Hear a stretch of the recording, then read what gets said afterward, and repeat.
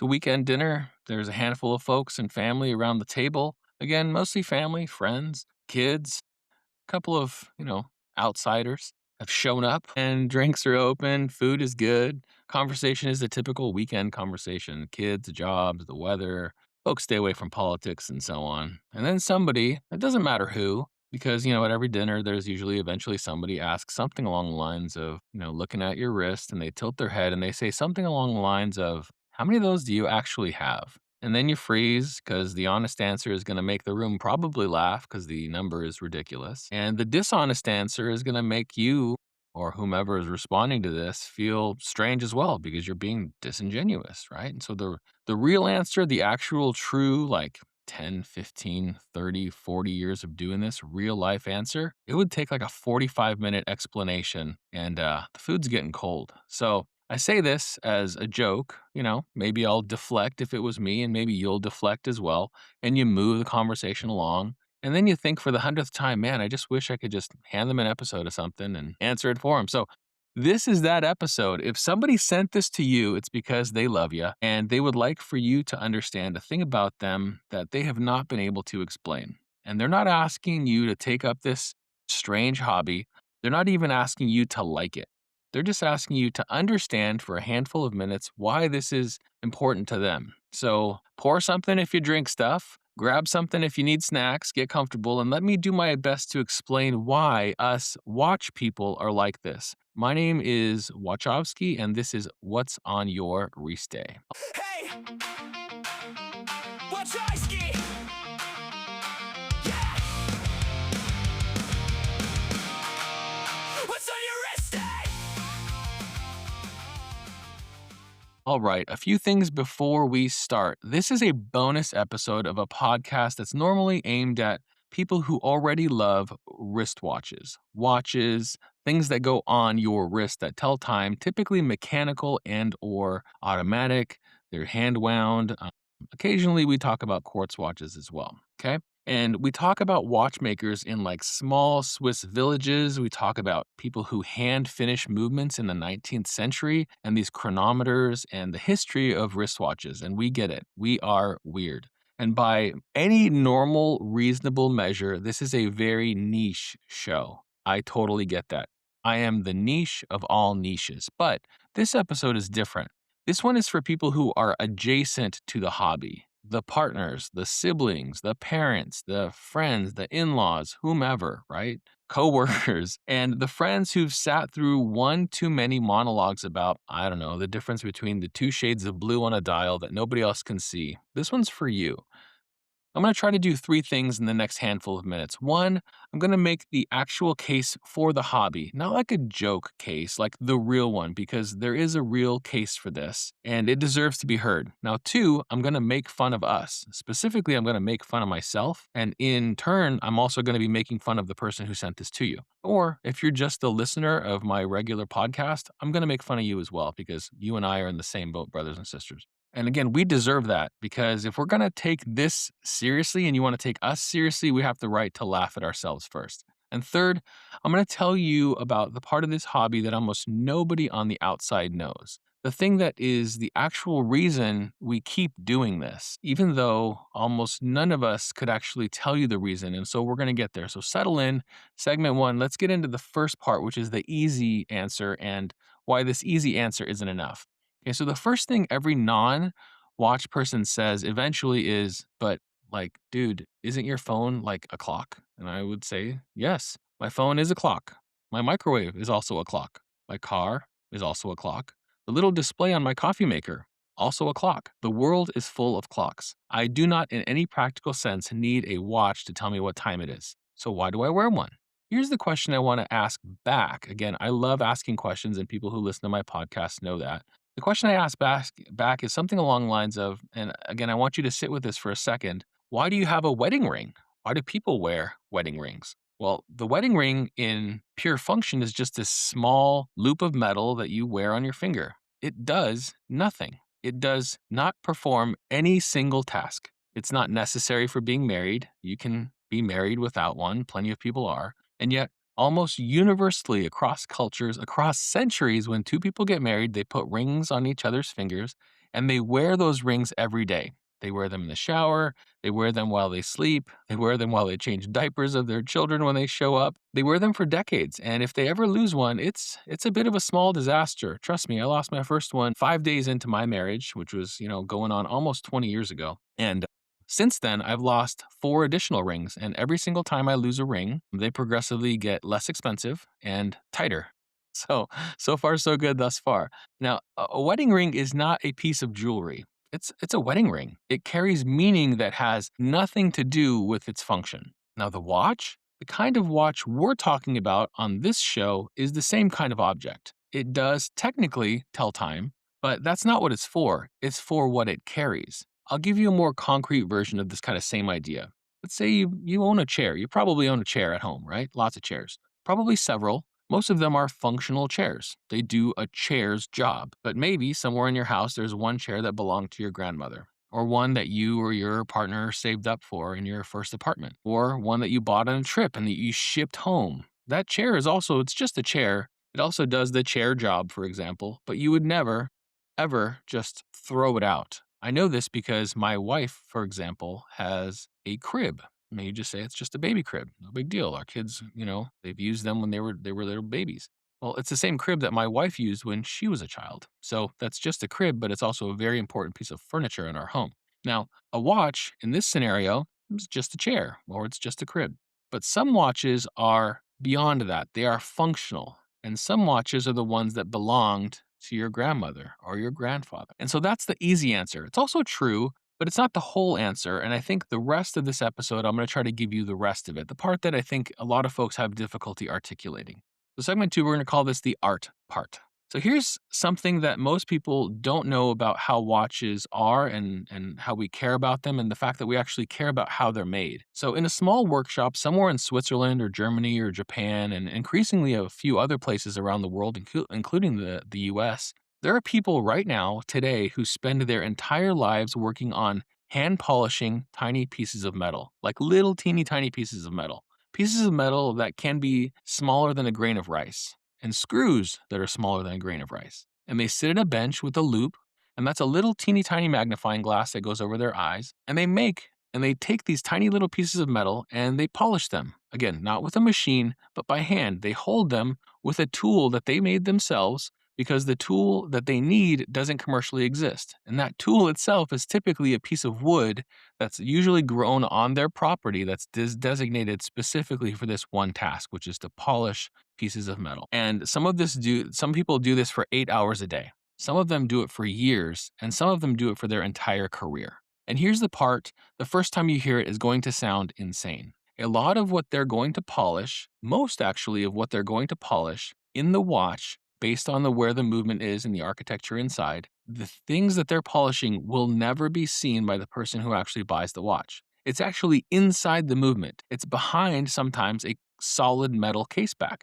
And so the owner will wear the watch for 30 years and never once look at the parts inside that these craftsmen spent days or weeks or months or years finishing. The craftsmen, though, polished it anyways, and they didn't have to. It doesn't change the function of the watch. So why? Well, there's a Japanese word for this. It's spelled Shokunin, shokunin. And it's hard to translate, but the English or the closest English version of this is the craftsman whose the excellence is actually its own reward. So it's the idea of that the work of doing something perfectly is the actual point. The reward isn't praise or attention or money. The reward is actually doing it. And so when we or you or they buy one of these watches, and I'm not just talking about like the expensive ones, this idea scales way down. When they buy a watch that has been made this way, they're buying the inside of the movement as well. And they're buying a part of something that they will never see. But they're buying the fact that someone somewhere polished a piece of metal that they will never look at because the person making the watch, couldn't bring themselves not to polish that piece of metal because they knew that when it was going out of their shop, that it had their name associated with it. And there's an honor and pride in what they were doing.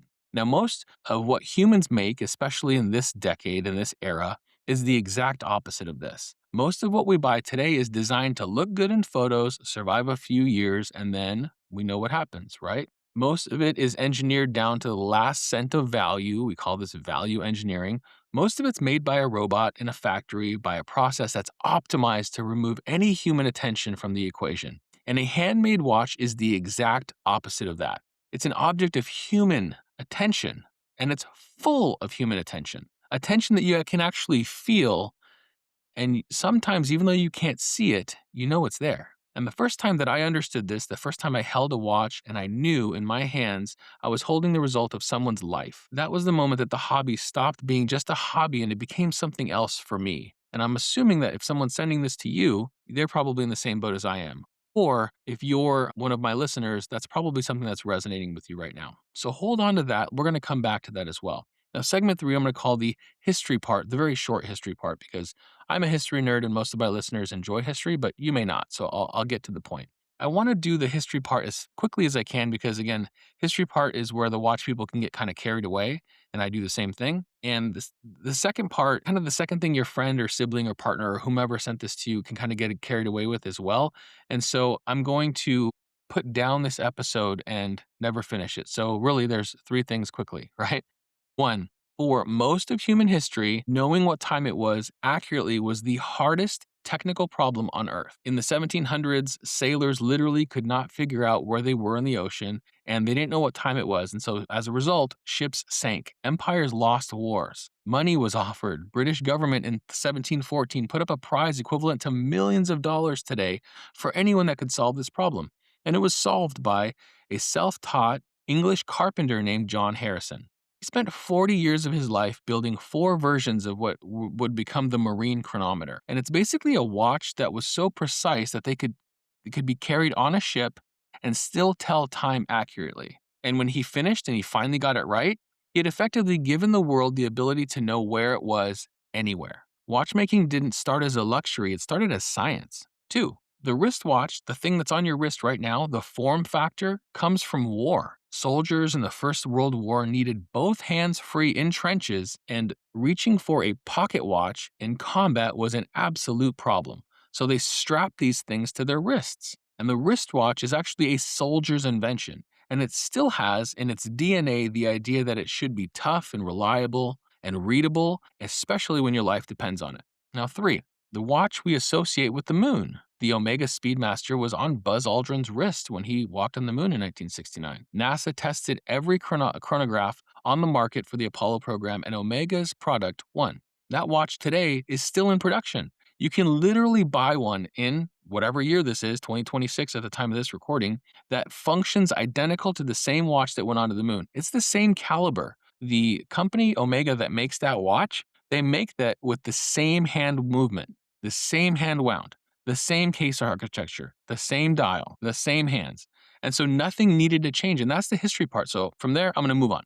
But I want to leave you with something. Mechanical watches are the longest continuously produced complex object in human history. They predate cars, they predate electricity, they predate most of the modern world. And in their fundamental design, gear train, balance wheel, escapement, they have not changed in any essential way in 300 years. There are very few things humans make in this world that are that old, that still work, that are still made by hand by the same methods in the same towns. So when you put one on, you're putting on a piece of this unbroken chain.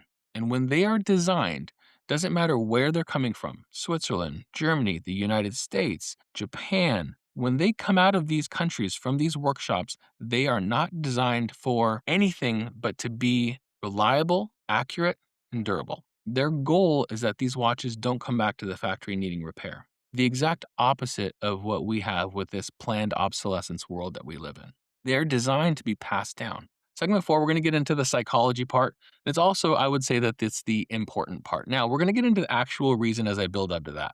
I'm going to give you three kind of threads, and they're all connected. So let's talk about thread one. Collecting is a human universal. Every culture, every era has collectors. Romans collected coins. Medieval monks collected manuscripts. The Victorians collected basically everything that they could fit on a shelf, from like fossils and butterflies and exotic shells. Children, from the moment that they can line up their Hot Wheels in a row by color, or their Legos, or whatever else that they've built, their stuffed animals. In our house, we call them stuffies. their Pokemon cards, whatever it is, their train sets, they organize them.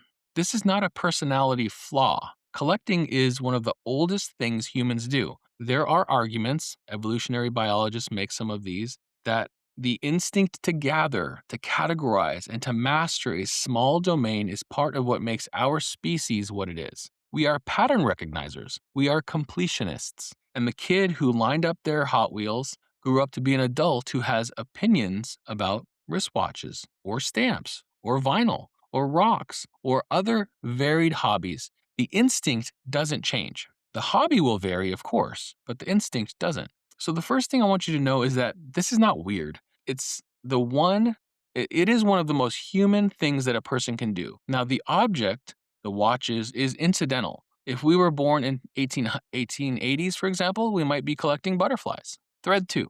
There are two kinds of pleasures. Aristotle, of all people, drew a distinction. And that is, I think, the most useful framework we're going to use to understand this hobby. So he talked about two kinds of happiness. The first kind is called hedonia. It's a simple pleasure. It's like a good meal, a warm bath, the first sip of coffee or tea in the morning. Hedonic pleasures are easy, they're immediate, they don't require any work to enjoy. And honestly, hedonic measures typically are sitting on your phone all the time, drawing your attention away from what you probably should be doing.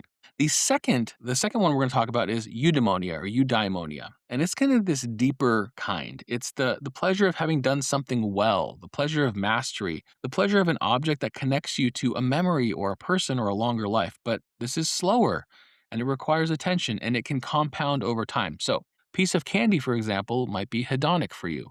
But the book one of your parents read to you when you were small, and now that you're reading that book to your children, that's eudaimonic. And most modern consumer culture it's kind of engineered around hedonic pleasure. It's that buy a thing, get a hit, the hit fades, and then you buy another thing, right? That's the loop. And the loop is most of our economy basically depending on it. But a watch can be hedonic. Sure, there's that moment of pleasure when they unbox a new one or they sit down with an authorized dealer and they put it on their wrist for the first time. But the watches that stick, the ones that become the one watch that someone's collection that they're never going to sell, those become eudaimonic watches. They become eudaimonic objects. And they get better the longer they own them. That means that they get better as they get beat up and scratched, and the dial might change colors, and the bezel may change colors because of that trip that they went on and they had, they went into a pool at a resort and the chlorine levels were too high and it faded out their bezel that was aluminum or whatever. And again, as these things get more worn, they mean more, not less, as the years pass. And so this distinction there is, I think, the philosophical core of what people talk about in this hobby. We are starved in modern society for objects that get better with time. Almost everything we buy gets worse. Our phones get slower, our clothes wear out. Typically, most of the time, our cars depreciate the second we drive them off the lot. But a good watch, it does the opposite. It builds patina, the story builds, the relationships build, and our memories with those watches as we go through life build. Example of that would be, the moment that I held my child for the first time, right? The watch that I was wearing when I cut the cord for my daughter, and so on. So those moments are significant in what pieces of art that we're wearing on our wrists. Okay.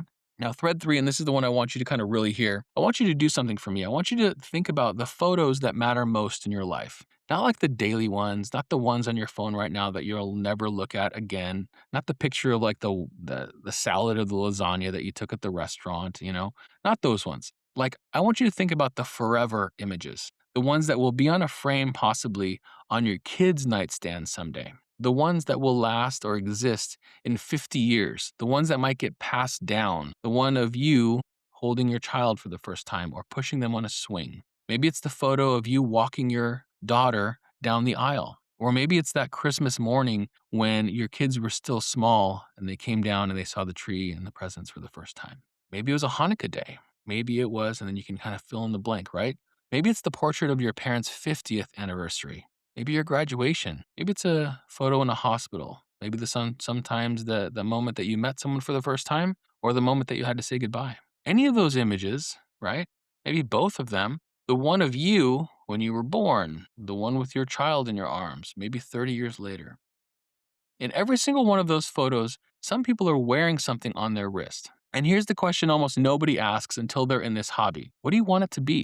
Do you want it to be a piece of plastic that will be obsolete in 3 years, whose battery will be dead by the time your daughter or your son has their own children, that nobody will recognize and nobody will inherit? And essentially, that object on your wrist will date you. A big giant screen that's sitting on your wrist. Nobody's going to want to inherit that. Nobody will recognize it. Or do you want something that will still be working, still be beautiful, still keeping time at their wedding, at your daughter's wedding, at your son's wedding, in a moment that you can't imagine yet, or in photos that haven't even been taken yet? Something that can be repaired if broken and will last lifetimes. Watches are one of those objects that we own that are designed to outlive us. A mechanical watch, if it's properly cared for, will run for centuries, centuries. Patek Philippe has an advertising line, and I know that this is just a marketing line, and I'm aware of that. They say something along the lines of, you never actually own a Patek Philippe.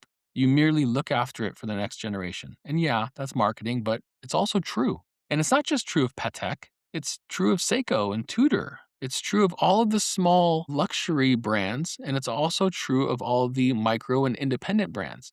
A brand with a single person in a workshop who makes one watch a year. It's true of this vintage Hamilton that maybe your grandfather got when they retired in 1964, and now it's in a drawer of your mother's house. Mechanical objects that were made with dignity to be repaired, passed down, and live with. Photos are forever. The thing on your wrist should be as well. That, I think, is the deepest reason for this hobby. We are choosing very deliberately what gets to be in the pictures with us. We are choosing what gets to be on the wrist of the days that we are going to be remembered when we're gone. And something that we, when we're gone, will be able to be held and cherished, but also worn and used in the way that it was intended by people that we care about, that we will pass them to.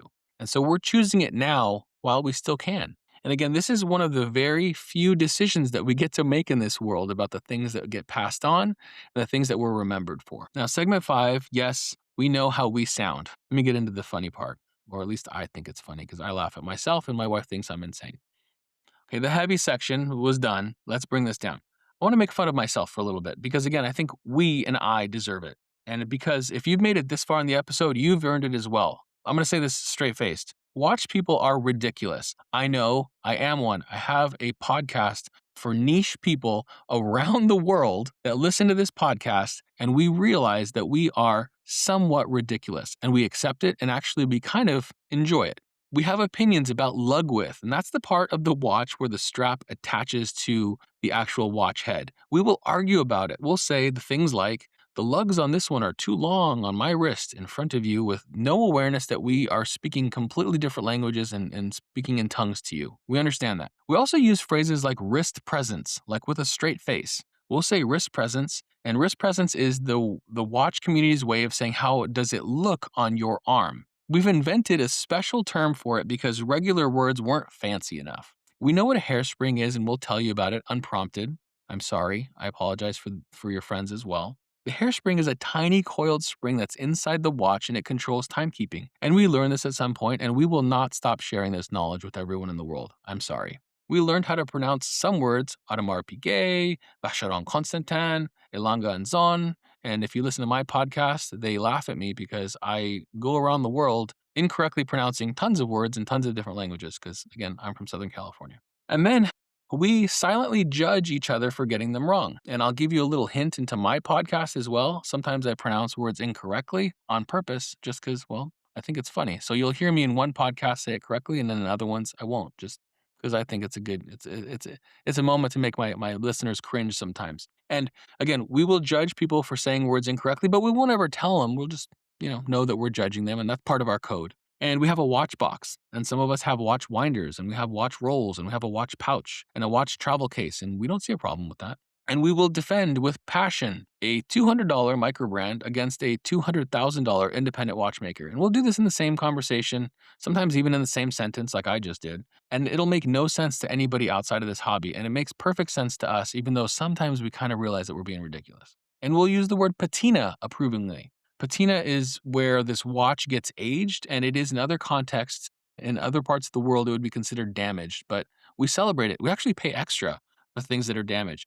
We pay more for the watch that is more damaged. I know that this doesn't make sense to defend, but I'm gonna try this anyhow. Some people, there used to be a time where you would pay extra money to have your jeans look like they were already worn, as opposed to just wearing your jeans. We have a text group. You know about this one probably. We text watches to each other and friends inside of it. And we do it every day. And we've done this for like years. And we continue to do it every day, presumably until we die. Because if one of us misses a day, the others will check in and make sure that they're okay. We can identify a watch on someone's wrist from across a restaurant, and this is a real skill. It's not a useful skill in any way, shape, or form, but we have that skill anyhow. And we can produce and pronounce words like guilloche, and we know what it means. And this fancy word for it's kind of a decorative engraving on a watch style, and it's done with these antique machines. And there are maybe like 100 people in the whole world who can do this professionally, and we know like two of their names, and we will tell you both of their names if you give us the opportunity. So give us the opportunity and let us, you know, tell you about those two things. And we say things like, "I'm thinking about my next acquisition." Acquisition is like we're at a museum. Look, we're not a museum. We're a guy or a girl in their kitchen at like 11:30 at night looking at watches on the internet, but we say acquisition. I could keep going, but I'm gonna stop. Look, we're a lot. I know. We know. And this hobby attracts a very particular type of person. We are detail oriented, we are obsessive. I would say slightly obsessive, but I'm gonna say straight up obsessive. We're willing to read 15,000 word forum threads about a discontinued movement from 1972. We are not, as a community, known for our restraint. You can check out Reddit for that. There is zero restraint on that format. We have opinions about things that you might have never thought about, and we have spent money on watches that we have never told our partners the real price of. We have, all of us, at some point, used the phrase grail watch unironically. And so you are allowed to laugh at us because we are laughing at us. The first sign of a serious watch person is the ability to make fun of being a watch person. So if your friend or your partner or someone that you care about, sibling, can't laugh at themselves about this, maybe you send them this episode. If you're a watch person and you have another watch person, that might be who you're going to send it to as well because they probably need it more than you do. Okay, one more section, and this is kind of an important one. Let's talk about the community. Segment 6. I'm going to tell you something that I think is the most important thing about this hobby, and almost nobody outside of it talks about. Most of the people on the inside don't even really fully understand it, but yet they live with it every single day. The community is the point. The watches, and I'm being completely honest with you here, the watches are kind of the excuse. So let me explain what I mean. I'm in a text group. This text group is amazing, and I won't tell you who's in it exactly, but I'll tell you the composition. There are different people from different races in this group, different religions, devout, observant, conflicted, lapsed, atheist. There's different genders, there's different sexual orientations, there's different generations. There's an age range of decades. There's different professions, right? There are people with terminal degrees, there are people who work in specific fields, there are people who work with people who are at risk. It's a remarkable field and community that I get to work with and chat with. And they come from different places, and our cultures come from different places, and very different political views. And you could pick any other topic in the world, and this group would statistically disagree about it, almost violently sometimes, on a few of the topics. And every day for years, we text each other pictures of watches. And we disagree about watches too, by the way. We disagree all the time. One person loves a model, another person finds it atrocious. And sometimes we start to calibrate with each other of these two folks will probably like this watch and the other folks may not. Someone might be going through a vintage phase, another person's going through exclusively into modern or indie watchmaking. A third person might only wear dive watches. They may wear larger watches or smaller watches, and we tease one another. And I'm going to give you kind of real generalized examples that, last week, for example, there may be a famous watch that's coming out, and we will argue over a particular brand or whether they're overrated or underrated, or maybe this is a new masterpiece. And the argument goes exactly nowhere. And nobody has convinced anyone of anything, but by the end, one or two people have actually bought that watch, and one person is probably going to be returning theirs or selling it, or a catch and release, which is where we get a watch and then we wear it for a day or two and realize, nah, this isn't the watch that I wanted, and then we move it on. And we're all laughing about it, and nobody won, and nobody had to win. And I want you to think about this. In your own life, how many groups of people that can you still do this with, who disagree daily across many lines of differences and still show up the next morning after morning after morning for years? There are families that can't do that.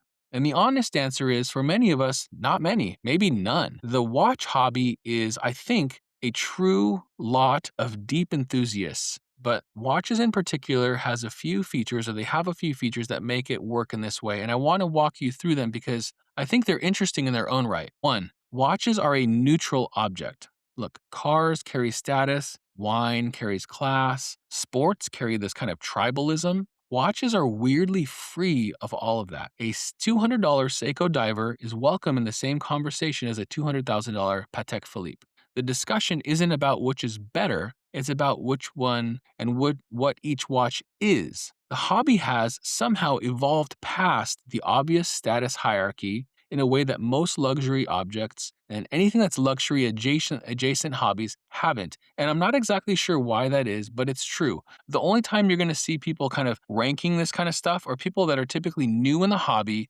that are going on and just created a Reddit account and will go and hate on one another. But for the most part, people who've been in this enthusiast circle for a long time, there's a massive amount of respect for every watch that's going to be coming out. Now, there's a handful that we all kind of make fun of together, but even in that case, we're still respectful. Now, two, the hobby rewards earnestness and earnestness alone. You can't fake enthusiasm for the things that this community cares about. You can't pretend to be excited about hand finishing on a movement that you've never looked at. The community can tell. The reward in this hobby is genuine knowledge plus genuine love, and there are no shortcuts for that. But it also means that when someone doesn't know something and they're interested, we are more than willing to share and be kind and ask questions and actually engage honest questions about certain things. How do I size a bracelet? How do I use a timing bezel? What is a GMT feature on a watch and how do I use this, right? There's again no shortcuts, but this means that everyone in the room on the some level has earned their way by paying attention for this for a long time. And that produces this unusual respect for one another. And it also means that there's a respect for people who have just come into the hobby. Three, the object is the focal point, not the person. And this is huge. When the conversation is about the watch, the person disappears for a moment. The thing that usually divides us in modern life, identity, opinion, status, ideology, they recede. What's on the table is a small mechanical object. We are all looking at it together. We're trying to understand it together. The shared object becomes a kind of neutral ground that almost no other topic provides. And I'll give you an example. I've been to meetups where there were celebrities there, and the celebrity status of someone slides away when they geek out about someone that they've never met before who's in a field that's not exciting, pulls out a watch that they've never seen before. And that celebrity is now enamored with someone that you would immediately look at and go, what is happening in this space right now? And what's happening is the entire room is realizing this person has a piece unique, which is a one of a kind watch that came from, and you can fill in the blank with whatever master watchmaker that you might want to fill in that you're excited about. And they all stop and they all recognize that this is something very special. And they may not ever get the opportunity to see this again. And that ties them all together. The celebrity status goes away when we realize that what we're looking at has more to do with the art. And so that's a very, very different space that we get to play in. Four, the hobby has a pretty long learning curve, and there are no shortcuts. You can't speed up and you can't speed run watch collecting. Look, you can Google your way to understanding what a chronometer is, and you'll have to spend some years. You're going to make some mistakes. You have to buy the wrong watches and you'll sell them, and you'll buy another wrong watch and they'll sell those too. And everyone in the community has done this. Everyone has been a beginner, which means that when a new person shows up, they're welcomed because we all remember what it was like to be them. These four features, they add up to a community that has, in my experience, almost no equivalent. There have been a lot of groups in my life: sports teams, work groups, faith based communities, neighborhood groups, work hobbies. There are no hobby groups for things other than watches, none of them that have looked like this. I've been to watch meetups, and again, these events are real, by the way. They're where people get together and they show up in person and they show each other their watches and then they talk about them. And I've been at meetups that contained a Catholic priest and software engineers and teachers and a dude who worked on an oil rig and doctors and surgeons. And on paper, they have like nothing in common and they have everything in common. They're there for the same reason. And they all left as friends, exchanging numbers, adding people to text groups. And I have, through this hobby, met people that I would have never met otherwise. I have, through this hobby, had conversations that I would have never had otherwise. I have through this hobby become friends with people whose lives look nothing like mine, and who, through the lens of every other category in the world, would be categories that I was told should not cross. But the watches are the excuse, and the community is the point. And if I had to give the single most honest reason for why I do this, for why I keep doing this decades in with no sign of stopping, and the fact that I have a podcast about it, that's the reason. Not the craftsmanship, not the, although the craftsmanship is real, not the history, although the history is real and I love history, and not the wedding photos, although that is real and it's true and genuinely that does pull at the eudaimonic aspect of the whole world in this space. But the real reason the hobby has given me this, it's giving me this group of friends who, in a fragmented and very divided world, they can sit down at a table every day, virtually, mostly, and sometimes physically, and pay attention to the same small, beautiful objects together. And I think that is rarer than it should be. And it is, I think, one of the most important things that is in my life. And now, segment 7, we're going to talk about why, what we're actually doing. Okay, so let's pull this whole thing together because the hobby really isn't about watches. And I mean, yeah, it is. The watches are wonderful. What we've talked about, the craftsmanship is real, the history is real, the art is real, the photo argument is real. All of that's true. But underneath the watches, what we're actually doing, and I think most of us don't even know we're doing this, even though we do it every day.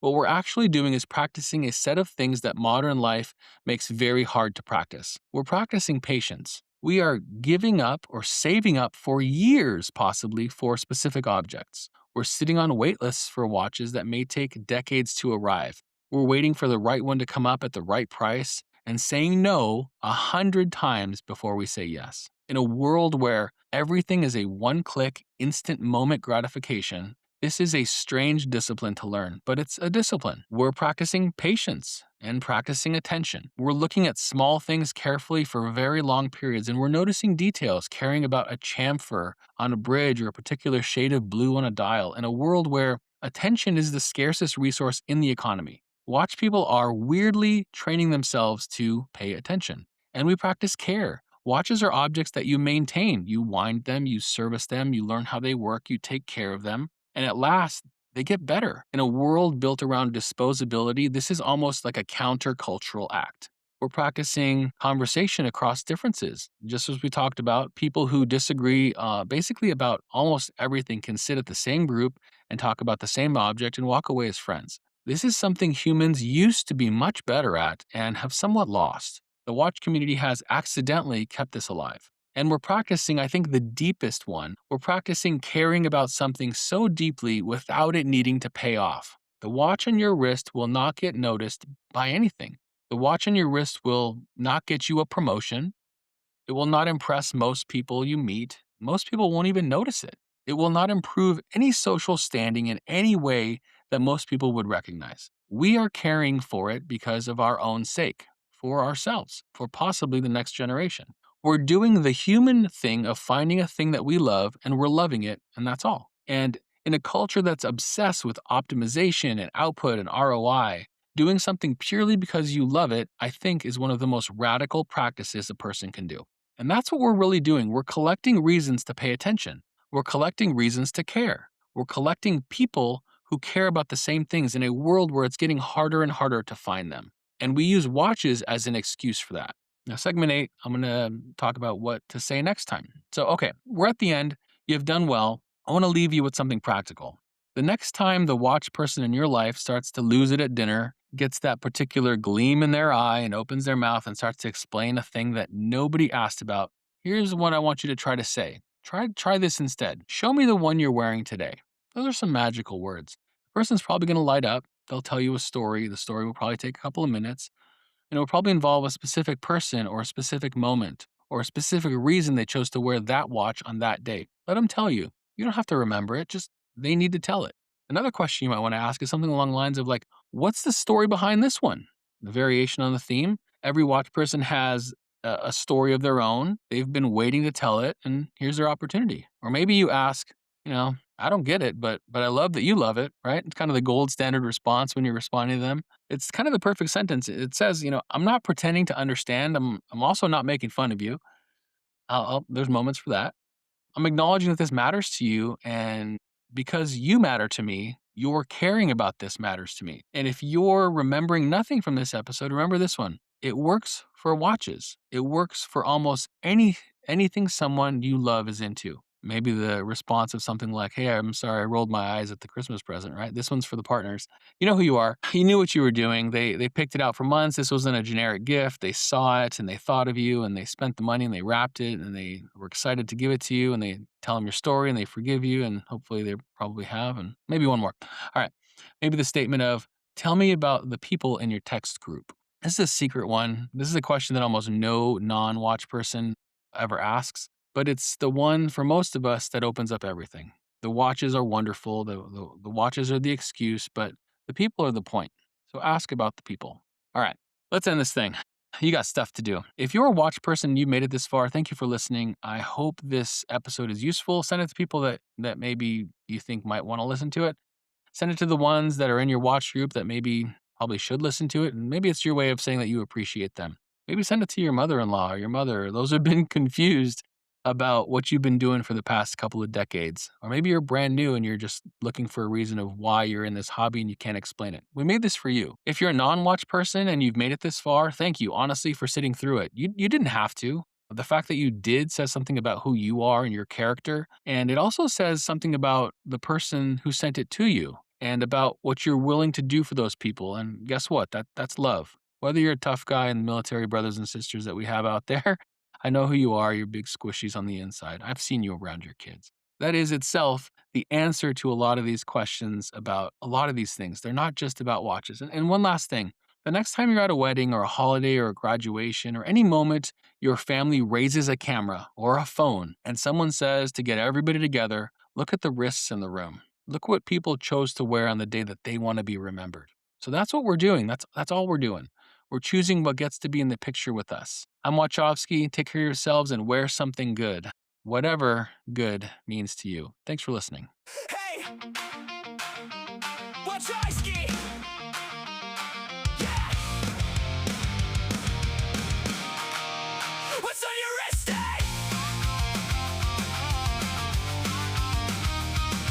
Perpetual calendar, three-hander, stainless steel on my skin. I want a daily driver, not a shrine I can't fit in. Casio on Monday morning, Zello's got me saying stop. Topper Friday in the group chat, and my budget just got dropped. I can't afford that, still I stare at it. 80 can suck it, I'm in love with a habit. Lauren's group chat gonna make me broke. One more strap swap and I swear it's all a joke. What's on your wrist? What's on your wristy? Daily driver, baby. What's on your wrist? What's on your wrist? I just can't resist. Watch that. Popped out crown on the wrist. Third swap of the day, yeah, I know. Brown on leather, steel on steel, then I change it for the show. Got it on my wish list, but I'm not acting rich. Reddit bros gonna fry us if I call this one a grail and switch. I can't afford that, still I stare at it. 80 can suck it, I didn't mean that. I'm in love with a habit. Shout back in the comments got me losing sleep, but I laugh it off cause we don't take it too deep. What's on your wrist? What's on your wristy? Daily driver, baby. What's on your wrist? What's on your wrist? I just can't resist. What's up? On the crap wrist. Perpetual calendar, three-hander and a dream. Stainless steel, a scratch or two. Still the king of the scene. Zello's new drop. Stop. I click and then I flinch. Then I post, just browsing and I buy it in a pinch. What's on your wrist? What's on your wrist? Daily driver, baby. What's on your wrist? What's on your wrist? I just can't